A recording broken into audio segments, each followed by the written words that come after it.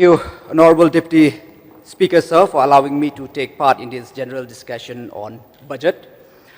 At the very outset, sir, I'd like to thank our Honorable Chief Minister, and at the same time, I'd like to congratulate him for presenting his 8th consecutive budget on this August House.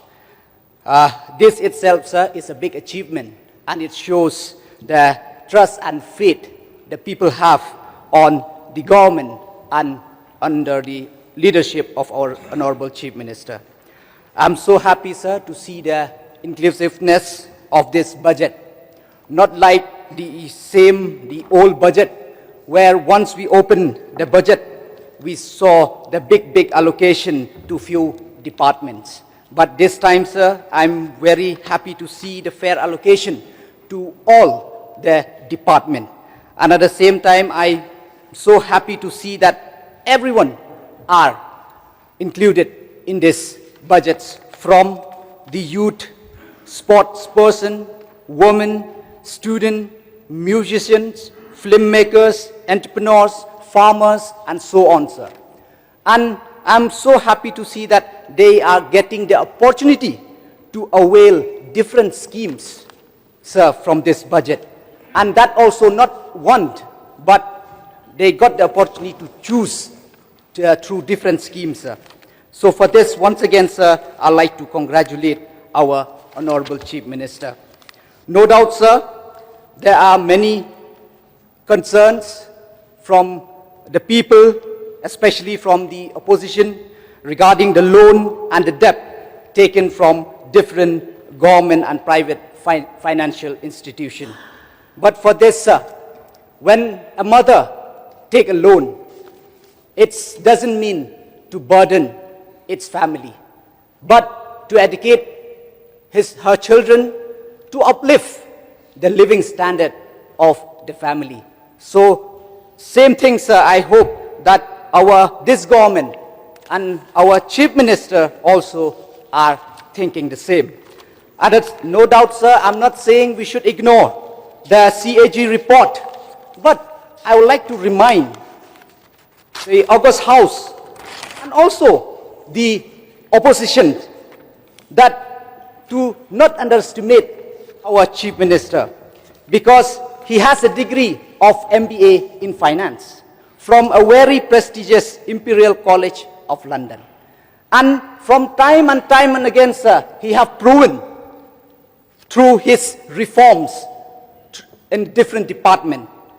And I hope, sir, we have seen the result, especially, sir, the state-owned tax has increased threefold from merely 1,450 crores in 2017-18 to 4,041 crore in 2025-26.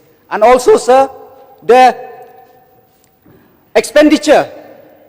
government expenditure has increased from 7,600 crores to 21,800 crores last year.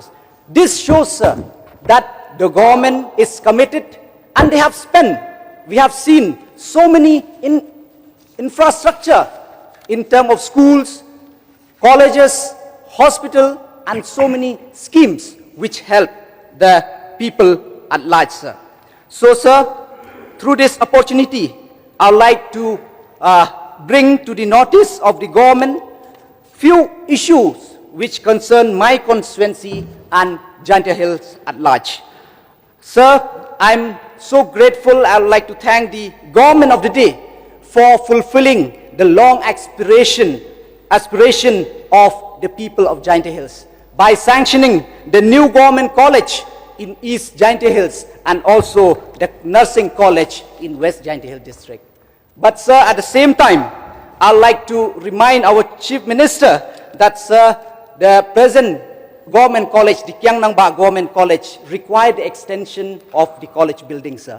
Because right now, sir, almost triple the number of the students, sir, are sitting in the classroom.